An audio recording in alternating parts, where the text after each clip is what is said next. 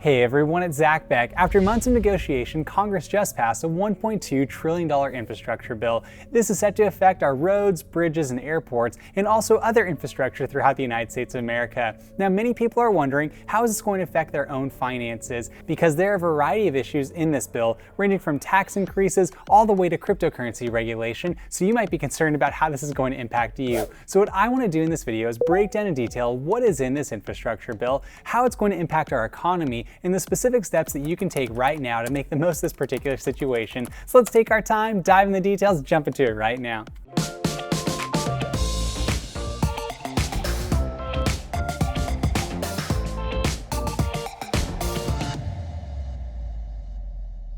So you might be asking yourself, what is in this infrastructure bill? Now, there are a variety of things like I mentioned before, such as improvements to our roads, our bridges, and our airports, but also they're going to improve our ports as well. No word on whether this is going to actually impact our supply chain issues that we're encountering right now. My guess is no, because a lot of this is going to take time to develop, but we are also going to see additional enhancements for our power grid and also having more broadband access throughout the entire country. Now, the White House says that this is going to grow the economy, enhance our competitiveness, create good jobs, and make our economy more sustainable, resilient, and just. Now take that with a grain of salt, because any administration, politician, or political party is going to try to make the most of any victory that they have, and this is a victory for the Biden administration right now. But what I want to do right now is go really quickly through a list of some of the things that are included in this bill. Now here's a real quick breakdown of how much money is going to certain sectors in this bill. We have $110 billion going to roads, bridges, and major projects. We have another $105 billion going to public transit as well as passenger rail, $65 billion going to the power grid, $65 billion going to high-speed internet,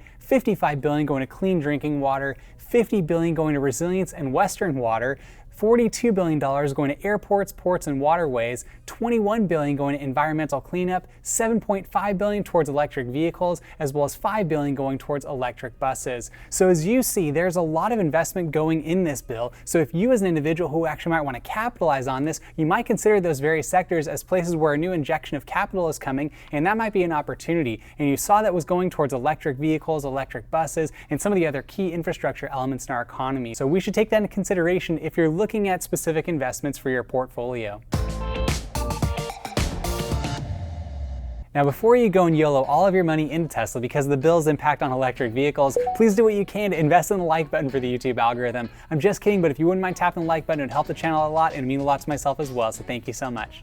Now you might be asking yourself, who is going to pay for this $1.2 trillion infrastructure bill? Now that is the trillion-dollar question, isn't it? It's really difficult to understand how Washington always finds a way to be able to put more money into our debt as a nation as a whole, but that is basically the way things work. Now the way this bill was structured is there's actually $519 billion of offsets that are actually built into it, meaning that this bill is basically half paid for because they're using funds that were already allocated from the CARES Act, and that allows this bill to move forward with a bit more financial stability. But that still leaves us with over $500 billion left over to figure out how to pay for it. And this is where the bill has actually looked at a few different avenues, such as increasing taxes on specific corporations. Then we're looking at increasing taxes on those who make more than $400,000 a year. And they're also looking at having more cryptocurrency regulation built into this bill. So if you're an individual who's a high net worth individual who also invests in cryptocurrency, you're going to be looking at potentially a higher tax bill at this time. I actually made another video about this a little while ago. Feel free to check it out and tell me what your thoughts are on that. But also, if you're just someone who's interested in cryptocurrency, you're actually allocating some of your portfolio in that direction, you really want to understand how this could impact you directly as well. Even after all the planning and projections that Congress has made so far related to this infrastructure bill, it will still add $256 billion worth to the national debt by 2031. So irrespective of any changes that they make right now, that is the direction things are heading in. So we're just seeing that Congress is going to continue to do what it does, which is print money and pay for things that they can't really pay for themselves. But hey, that's the world we live in, and that's the way it is. But what you and I can do is take care of ourselves financially to make sure we're positioned effectively to navigate this situation, and that's what I want to talk about next. So you might be asking yourself, well, Zach, what should I do about this bill? Now, here is the thing. The government is always going to be able to do what it wants to do. Whether it's pass really expensive legislation, print more money, devalue the currency, whatever it wants to, you and I do not have control over that outside of our voting or if we actually run for office ourselves, which if you want to do so, feel free to do it. Let me know. I'd be happy to give you any advice. As someone who, as myself, I've run for office and been successfully elected twice. So just to let you know, it's something you could do. But if you're just an individual who's really wanting to understand how to navigate this from a personal personal financial perspective, the main thing to understand is this, is that if you and I want to move forward in our own lives, we cannot sit back and wait for the government to take care of us. The government will always overpromise and underdeliver. We could expect there might be better roads, bridges, airports, we might have better internet, we might have some other things that come as a result of this, such as public transportation. But if I've learned anything from being in government and watching and observing how politics operates in Washington, D.C., it's that it always takes longer, it's always more expensive, and generally it's less efficient when it comes to how things are done at the federal level. I would say it's very different at the local level, but the federal level is very slow.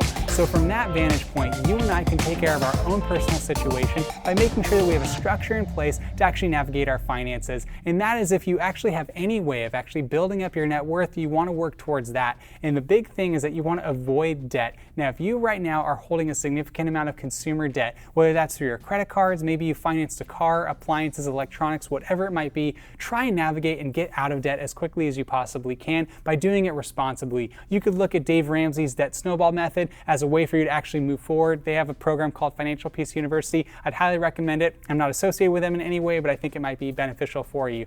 The other areas that you could consider is try and save money where you can and try and cut spending on areas that you don't need to spend money on, whether it's a subscription that you no longer use, whether you're going out to dinner maybe too frequently, whatever it might be. Just try and cut back in those specific areas. Also try and earn more income where you can. It's always one thing for us to be able to save and cut our spending as much as possible, but that only can go so far, whereas our earning potential can always increase. So try and find ways to do that, whether you're looking to get a side hustle established, whether you want to transition to a new career field. Now is a great time to do that. There are all sorts of opportunities to make money online. There's more jobs out there right now than there are employees, and there's opportunities that are abounding as we see wages continue to increase due to the crazy economic environment we are encountering.